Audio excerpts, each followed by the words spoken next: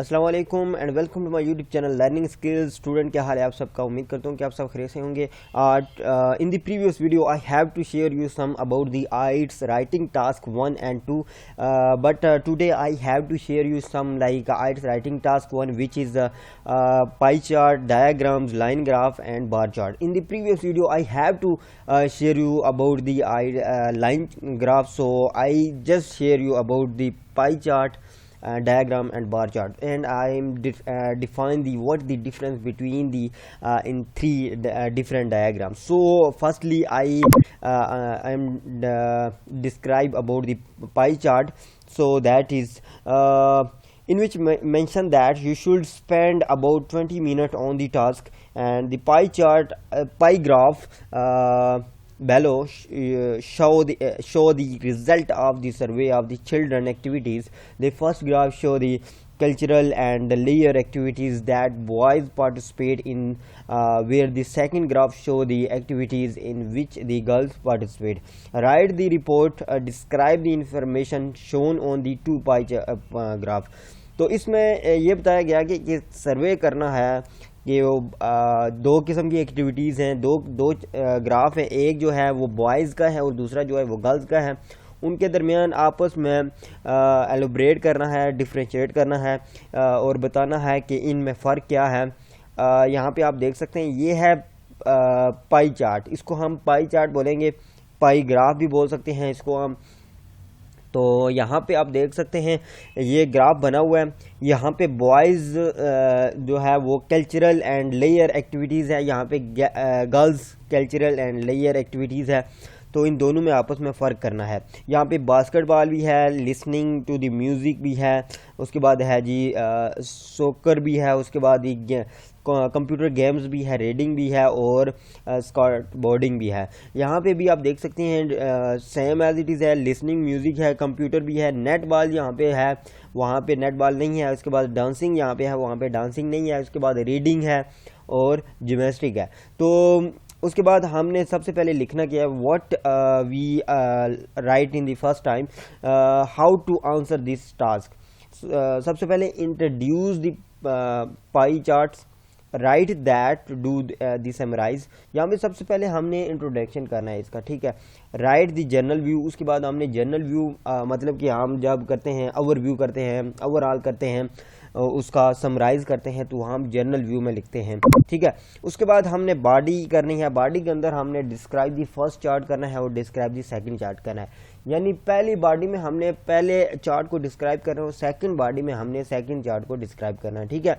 यहाँ पे आपके पास vocabulary to describe the graph is a very like common thing. It's have like 5% marks have connect with the vocabulary also, and linking structure is a very most important.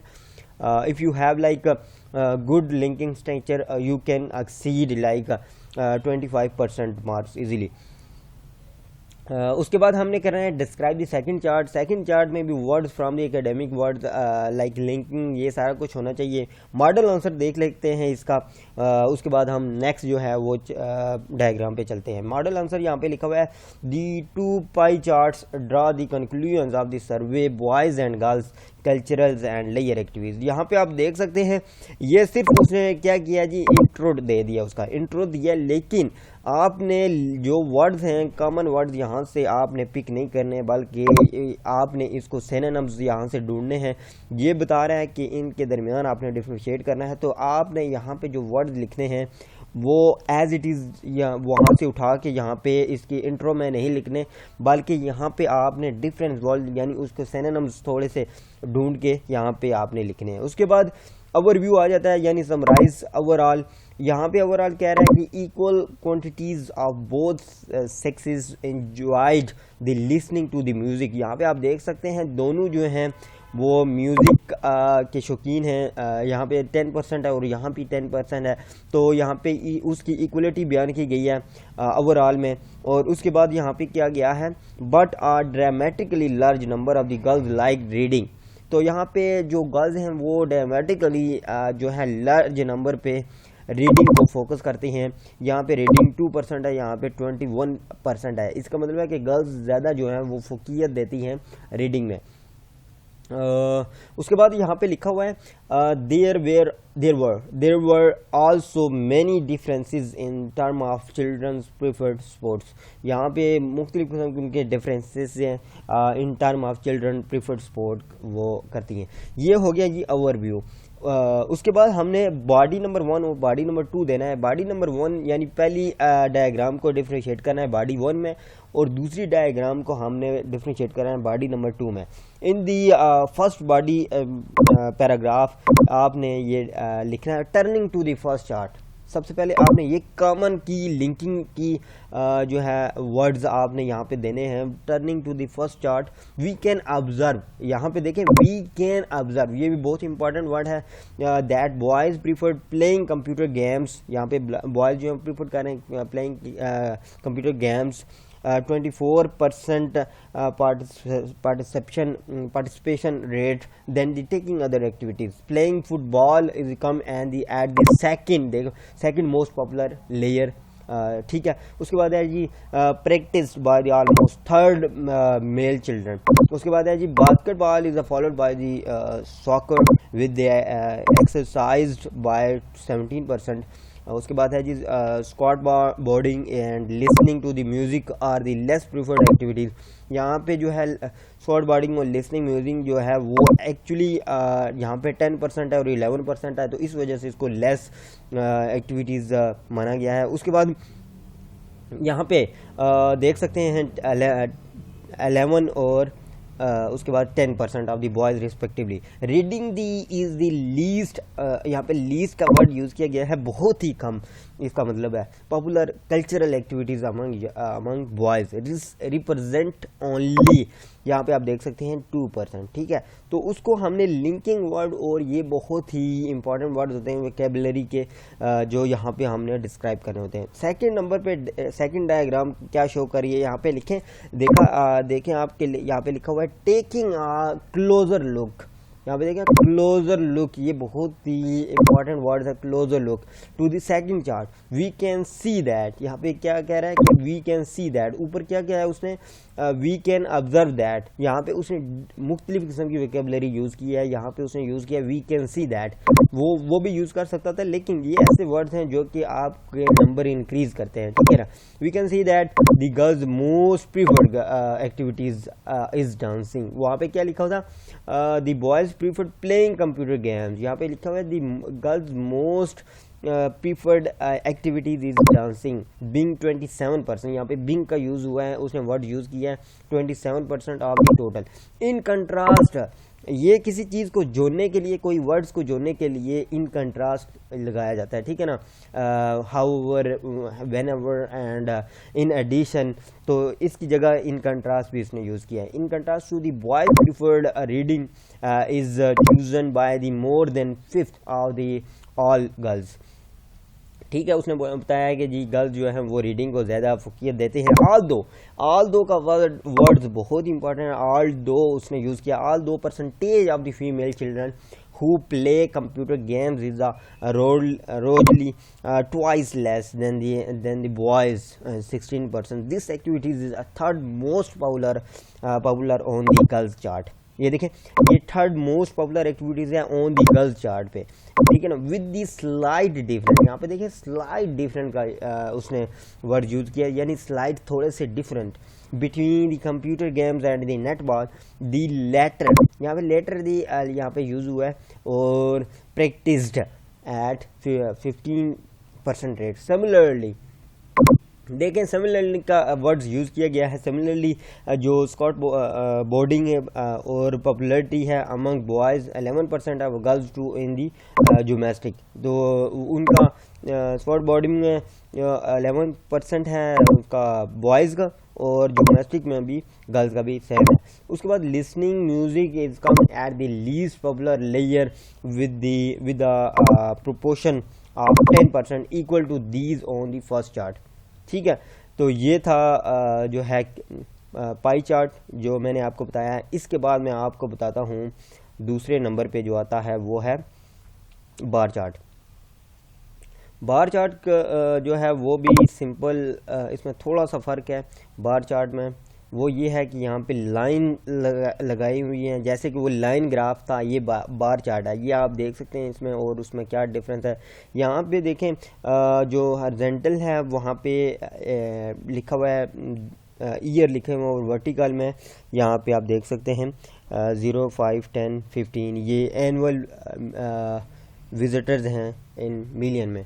तो यहाँ पे जो question है वो है कि the bar chart show the number of the visitors to 3 London museum between 2007 and 2012। यहाँ पे 2007 से लेकर 2012 तक 3 जो म्यूज़ियम हैं लंदन के वहाँ पे जो विज़िटर हैं उन्होंने विज़िट किया है। यहाँ पे वो कर रहा है नेशनल गैलरी एक है, दूसरे नंबर पे है विक्टोरिया एंड अल्बर्ट म्यूज़ियम और तीसरे नंबर पे ब्रिटिश म्यूज़ियम है। तो इन तीनों में कंपैरिजन करना है कौन सा मतलब कि कौन से ईयर में किस म्यूज़ियम में सबसे ज़्यादा जो है विज़िटर आए हैं और सबसे कम विज़िटर किस ईयर में आए हैं, कौन से म्यूज़ियम में आए हैं, और उसके बाद दरमियाना बताना है आपने। तो ये तीनों के दरमियान आपने डिफ्रेंशिएट करना है। सबसे पहले बॉडी नंबर 1 में आपने यहाँ से स्टार्ट करना है 2017 से, फिर 2008 2007 से स्टार्ट करना है, 2008 2009 2010 उसके बाद आप लास्ट पे 2012 में जाना है आपने। इसी तरह यहाँ पे आपने सबसे पहले यहाँ पे देखना है 2007 में कौन से जो है म्यूज़ियम जो है वो कौन सा जिसकी विजिटर ज़्यादा हैं, तो आपने यहाँ पे उसका नाम देना है और उसके बाद उसको बताना है कि इतने विजिटर, यानी यहाँ पे देखें आप यहाँ पे लिखा हुआ है 14 मिलियन जो विजिटर हैं इन्होंने विज़िट किया है यहाँ विक्टोरिया एंड अल्बर्ट म्यूज़ियम में। तो सबसे पहले विक्टोरिया और अल्बर्ट म्यूज़ियम का जिक्र करना है। उसके बाद आपने दूसरे नंबर पे यहाँ पे आप देख सकते हैं ब्रिटिश म्यूज़ियम में विज़िट किया है उन्होंने, कितने परसेंट यहाँ पे देखें 13% जो मिलियन परसेंट में नहीं है मिलियन में 13 मिलियन जो है ना विजिटर ने विज़िट किया है। उसके बाद